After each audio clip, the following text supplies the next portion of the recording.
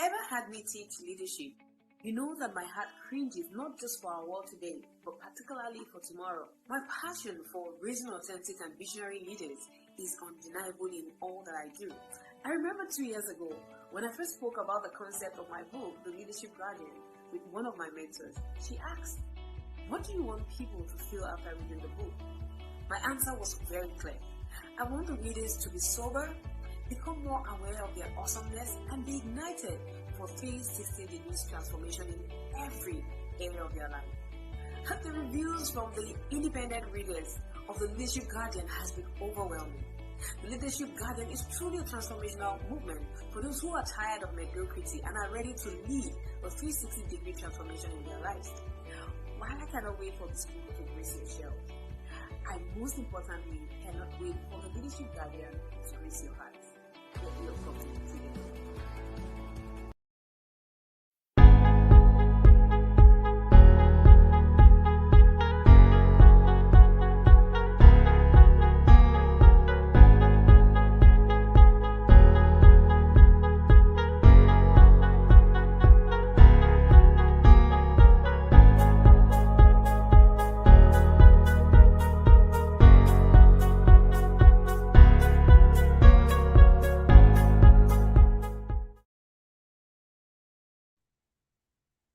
Hello, wonderful super leaders. How are you doing? My sincere apologies for commencing the show late today. It's not in our nature, but unfortunately, our guest for today is experiencing some severe technical issues.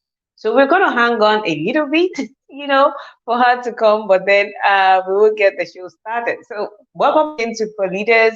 And thank you for joining us again on Leadership Chat with Top Business Leaders. Thank you for staying tuned. And as always, my name is Kemi Ogunkoya, a leadership development strategist, management consultant, and author of the Leadership Guardian. And I equip business leaders to develop the right competence to perform effectively in their current roles and also seamlessly take on higher positions.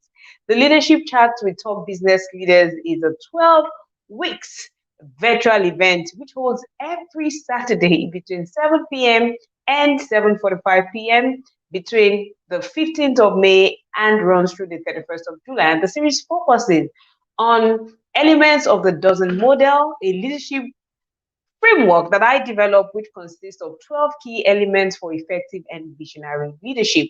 And they include clarity, connection, character, confidence, consequence, community, consideration, critical thinking, communication, competence, commitment, and consistency.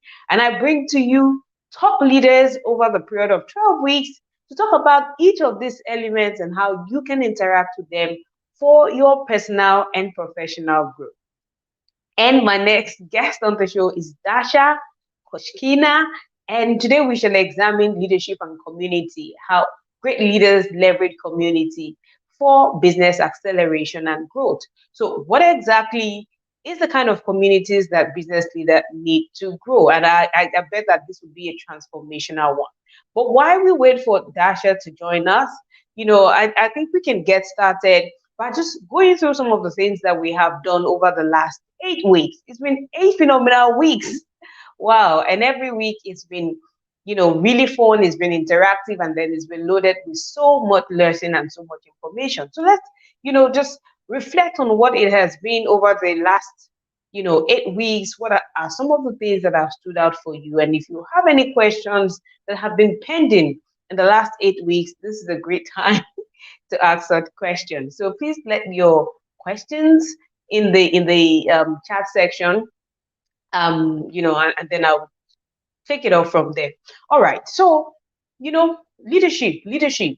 We've spoken about quite a number of elements of the dozen model. We have spoken about clarity. We have spoken about communication. We have spoken about competence.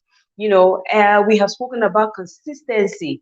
And it's amazing how each of these elements go on to shape our reality as leaders.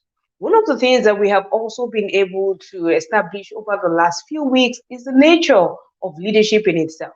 So one thing that, somehow we have been able to establish is that as a leader, you need great level of clarity.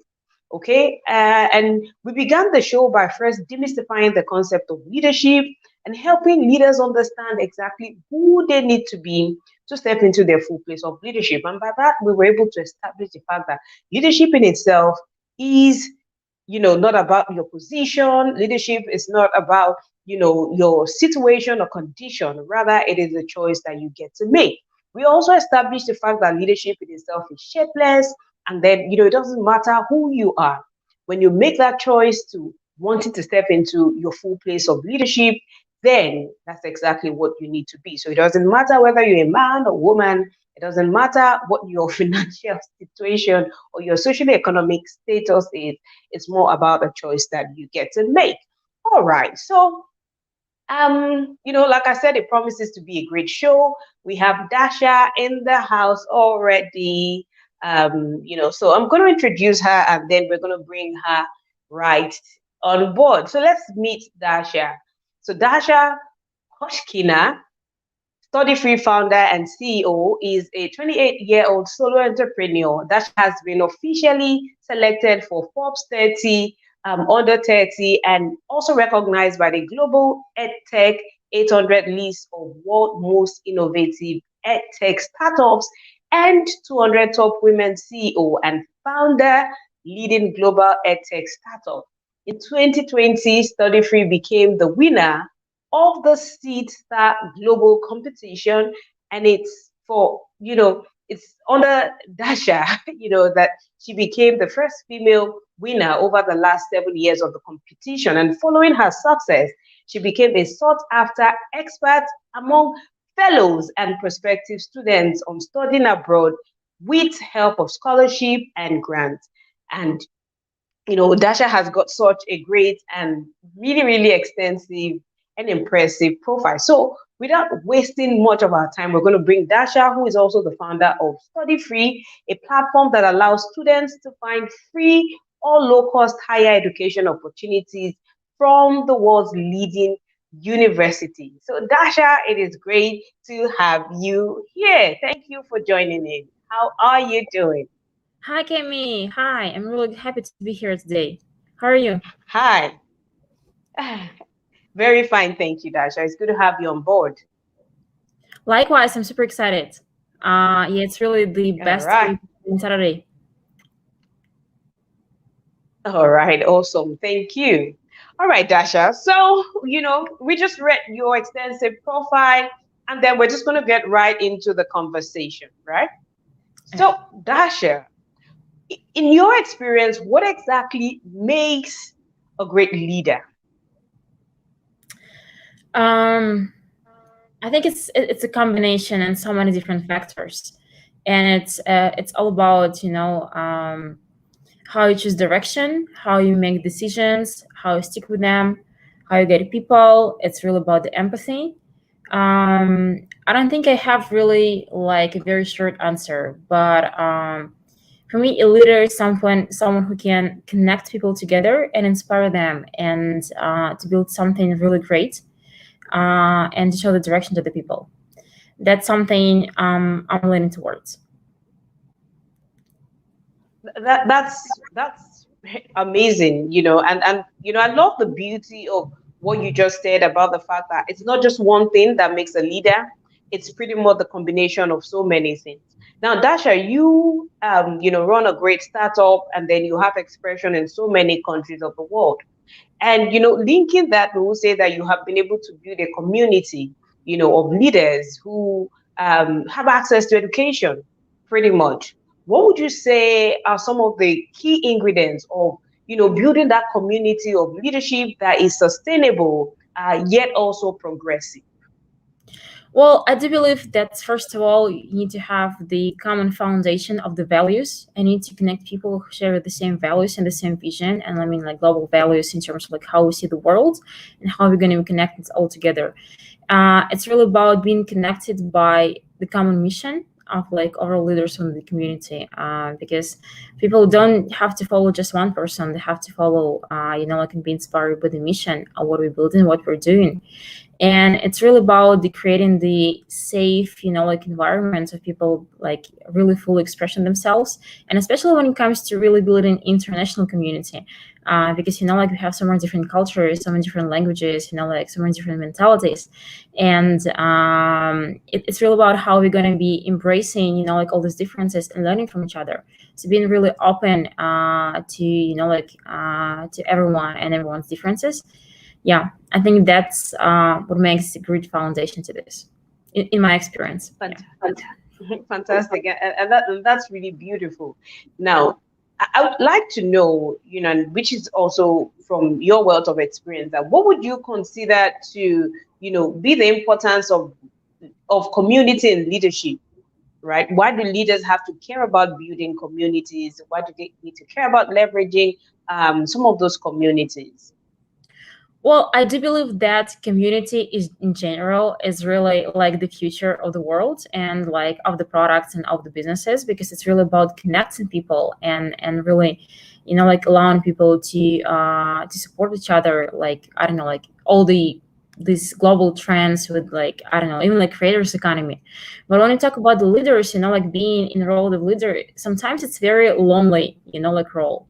And there's sometimes you have to tackle all these, like differences, obstacles, challenges, something that is not really common for like average, like human being. And really building a community of people who can understand what you're going through, like you can really like lean on, you can really rely on. That's essential, and it's really powerful. I can only like relate because, like, for example, in my case, I remember when I just started to build a company, I never had a friend who'd been going through the same.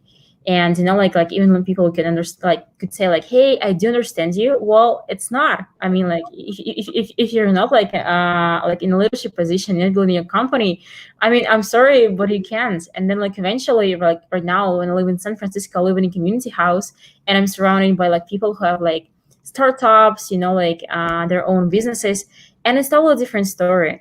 And it just feels so much more empowered, and I don't feel alone. And it's much more safe and motivating and inspiring. So I believe like community is the only way to grow, and especially when you're doing something very complicated, like being a leader. Interesting. So when it comes to building communities, leaders, experience some form of challenges, right? In terms of how exactly are they able to communicate the vision of the community that they're building? How are they able to sustain even, the community? How are they able to, ensure some level of engagement in the community? Now, from your experience as someone who is building thriving communities and leading across continents, what would you say are some of the key challenges that you have had to deal with, and how were you able to overcome some of those challenges? Yeah, it's a great question. Thank you. So I do believe that building, like, first of all, it's really, you have to be really clear with the goal of the community, because whenever you build the community, what is going to be success? It's just going to be, like building, the happiness of the people within the community. If it's going to be, like creating something new within the community, if it's just going to be contribution to your product or business. And it's really like important to understand. And when we build the community, I do believe that the really beauty of like really powerful communities, when people actually, it's like self-driving. You show direction, like you show some values, you show like how it can be done, like in initial stages, and then people just start to grow with like organically, like they pick up, they start some activities, like they start to support each other. And it's something that you do not control, but you just organize and combine and unite, and maybe you can act as like qualifying filter potentially, like just ensuring you have the most quality and the safe environment for the people of the community. But then I guess the second part is like what was difficult, and that sometimes comes with the engagement. Like community is all about communication. It's all about, like people want to talk, but then like, do they actually want to talk? Do they want to text? Like, what is actually a good community? Like, or maybe if we talk about the students, maybe they actually want to be very active. Like we're talking about professionals, it's going to be different. It's really different across different cultures, like different, like ages, different parts of the population, like different roles, and really understanding, like, and trying to match the value each participant of the community is going to be getting from this, and how it's going to match to the specific, like way and pattern how going to be communicating, and what you actually need to support. That was quite a challenge, because for us, like, hey, they don't really text. I mean, like, don't really talk. Is it actually not working? But then we start to talk with them. I was like, well, like, actually 80% of the people, we want to limit social media. We want to have, like, less communication, but more, like, deep conversations and quality. So maybe, like, if that's what people need and they want to limit this, let's do something once a week, and it's just going to be video off, it's just going to be offline, and really trying to understand how the community is going to be best perfectly fit, like, within everyone's life, especially across different, like, countries. That so far was like one of the most challenging, but at the same time, one of the most interesting findings in the research that we had. That's really interesting, Dasha. And you spoke about communication as an important bedrock, for thriving communities. Now, when we look at communication within communities, right, what style of communication do you think is most effective for leaders to be able to get that message across? Well, that's a good question. I do believe that we should separate first maybe the community itself and the leadership, because I do believe that the community, like, the best way is when you don't have to really say this out loud, but then, like, you create it based on the, like, the values and the mission, so that people can actually follow and can organically build each other. So, like, you can have, like, very authoritative way of, like, building and, like, maybe spreading the word. And maybe in Russian, I do understand how authoritative works, like, that's not something, like, want to build. But then you can have, like, the communities, like, hey guys, we're here united by the common goal, and, like, then see, well, how it's going to be.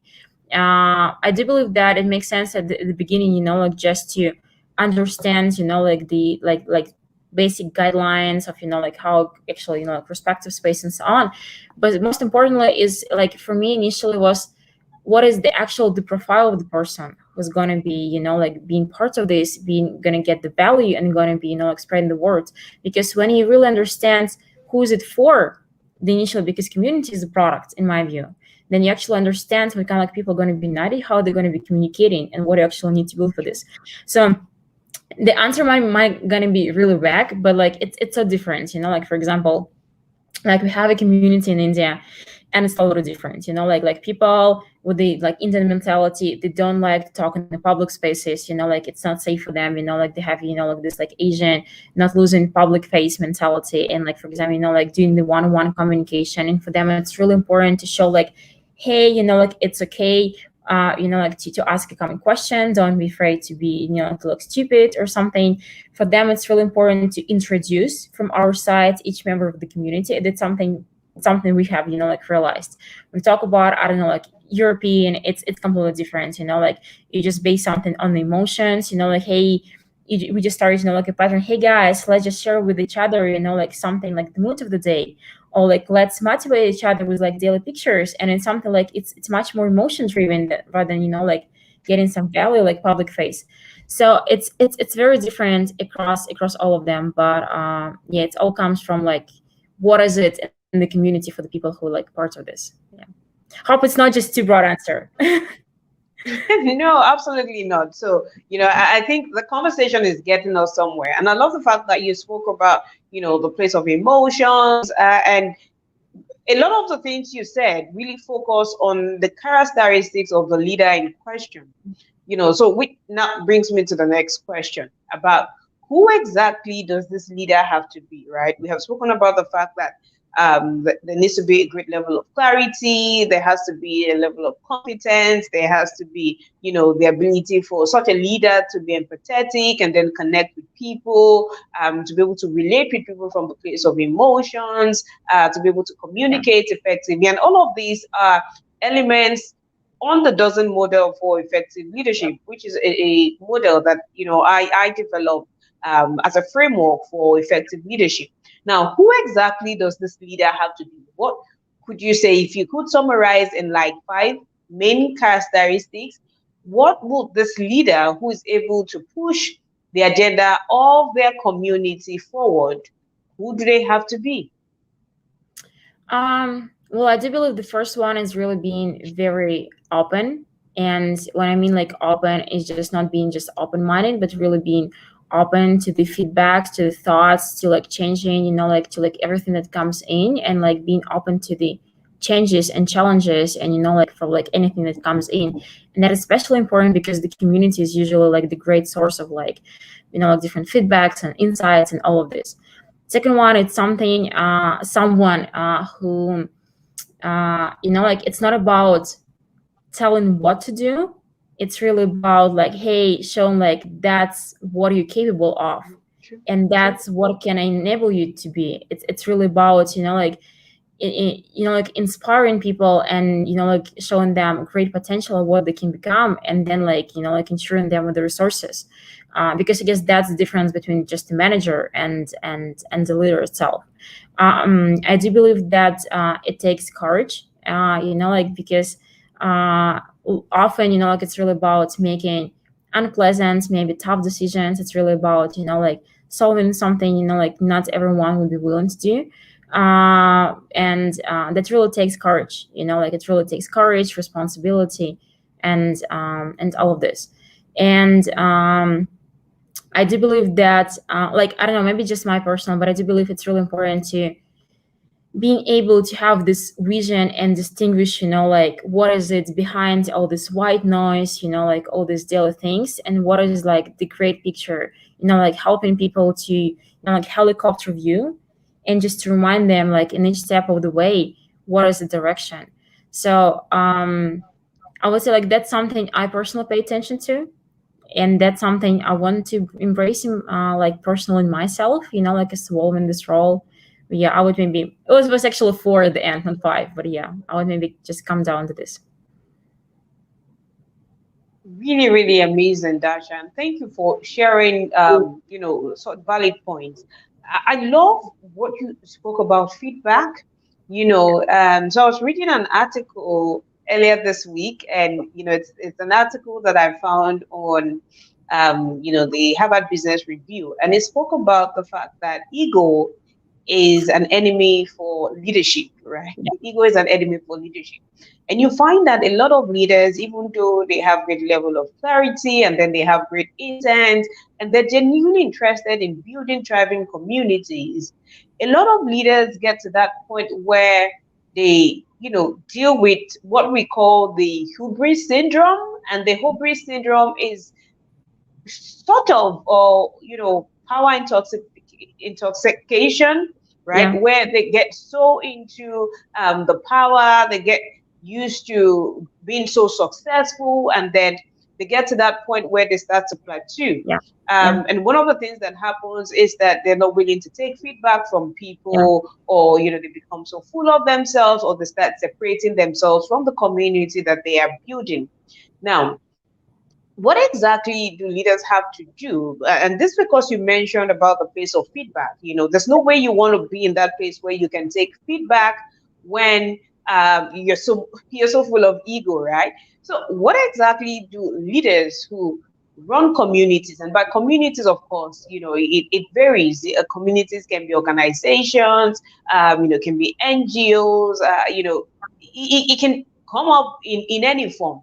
What exactly do they need to watch out for to ensure that they do not get stuck, or they do not get caught in the hubris syndrome or being intoxicated by power? That's a really great question, and something I actually had the conversation today that like lots of like leaders, they usually go with like ego, and surprisingly lots of them it's majority of cases sometimes male leaders, just like some tendency, like that they're like more usually tend to like fall into this thing. I do believe that just not to follow the same pattern. You should always like whenever you take a decision, you should like ask yourself a question, like is it actually like, is it for me, or like is it for the company? And I do believe that whenever you're sick and you believe that what are you building, like, and the community and the mission is much bigger than you are, That's the crucial attitude, that no matter what's going to be with you, the most important, that's what you build is actually going to be grown and outgrown you personally. That's the right mindset. And I also do believe that it's really important to have someone, like, to make sure you have an environment of, like, people not being afraid to tell you feedback, and you have someone, like, next to you who is able to say no to you. And there's like multiple ways, like, I don't know, like, just to check within your team or something like around this. Do you actually have the culture of people like being able to tell you you're wrong, and actually like, and you actually being able to listen to them, I mean, like, actually hear them?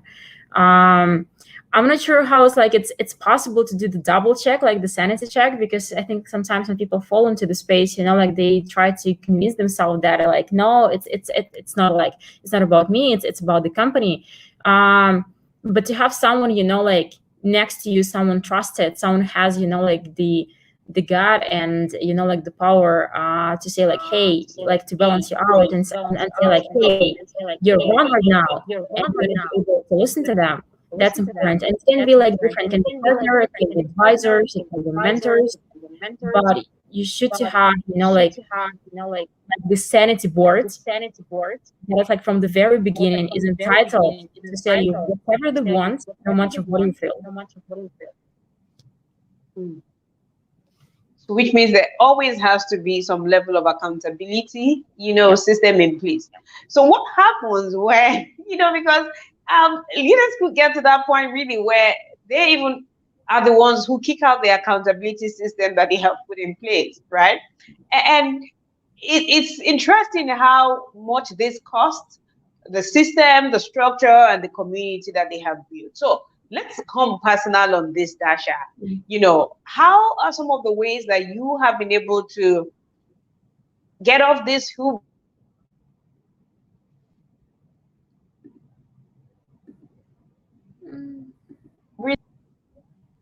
Sorry, the connection broke. Yeah. Oh, okay, yeah. So I said, what are some of the ways that you have been able to, deal with this hubris syndrome or intoxication in whatever way that, it manifests? Well, I do believe that sometimes, like, it was like some cases when I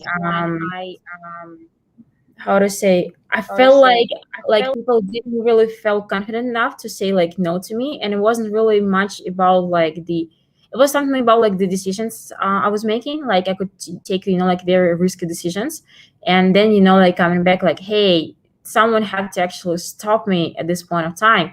It wasn't really about me, it was really like how I could see my company going.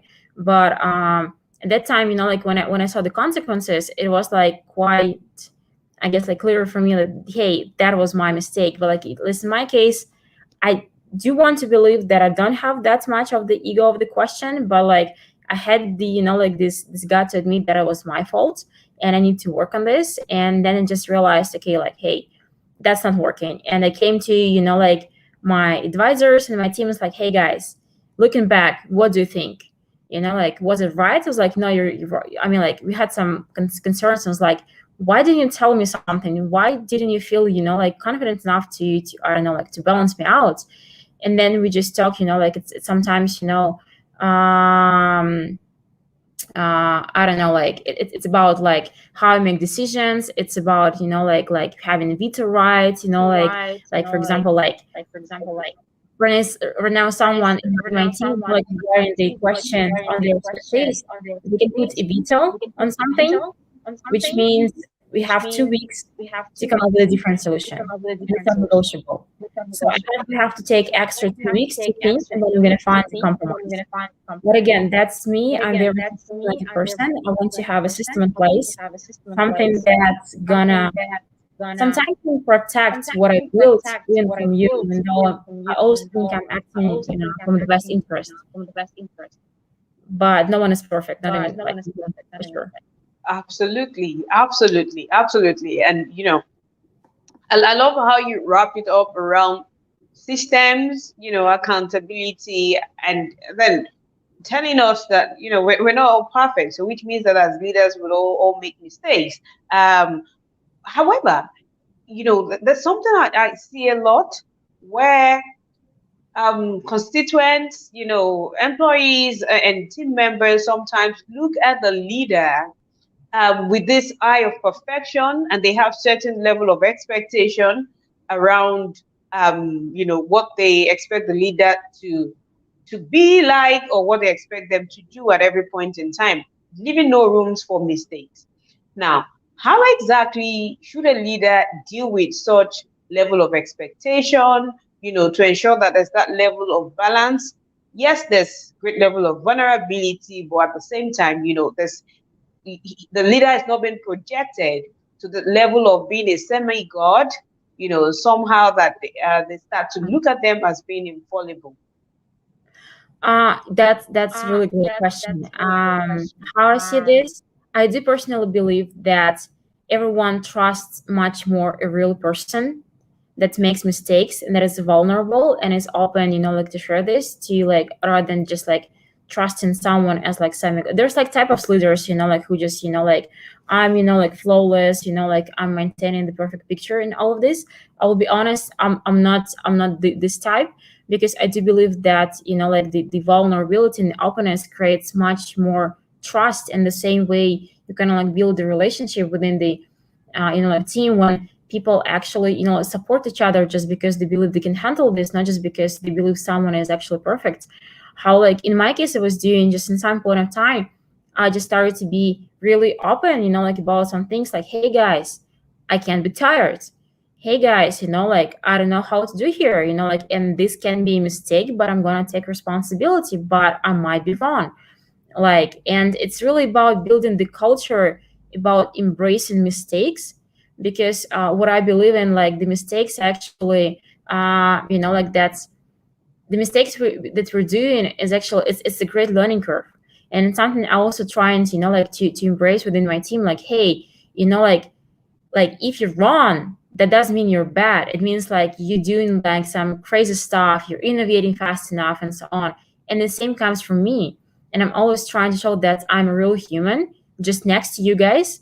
And I do believe that just shows, that really helps to create much more trust in this. And because I'm just real. And that really helps, like for people to actually acknowledge their own mistakes as well. And overall it's much more comfortable culture, especially when talking about something, when doing something complicated. You don't want to like, you're not comfortable, like doing something perfect when you look at something. So like that's like that's really contrary based, like building a religion with like semi-gods, or building a community when like someone is actually equal. So I'm like on the second side. Yeah. All right. Thank you very much for that, Dasha. And we're gradually wrapping up the session for today. But then before you leave, I'd like you to share with us from your personal experiences. What are some of the strategies that you have personally adopted to ensure that you keep your community together and then you keep your community engaged? Yeah, well, that's lots of that. So first of all, you really should understand that the community is going to be evolving, and that each person, like within the community is going to be going through the different stages and filling different roles. And the community should be evolving equally with the people who like being part of this. So like someone who is just joining just recently, like and being like there for like 2 months, they're like really active, like engaged or something like this. And someone who's gonna be there like for like 2-3 years is gonna be different. And we should be, like going like forward and making sure we have the value for like each part of this. And second, like it's really about making sure that the community fits perfectly within the lifestyle of the people. And it's not just about the communication that I mentioned, it's really about like what to talk about, what the actual the pains, what the actual the values, how we're actually going to be evolving. So the community should be for people, it should be the product of the people at different stages, like different patterns, I don't know, like different cohorts and segments, because I'm always that bit not numbers driven and systematic.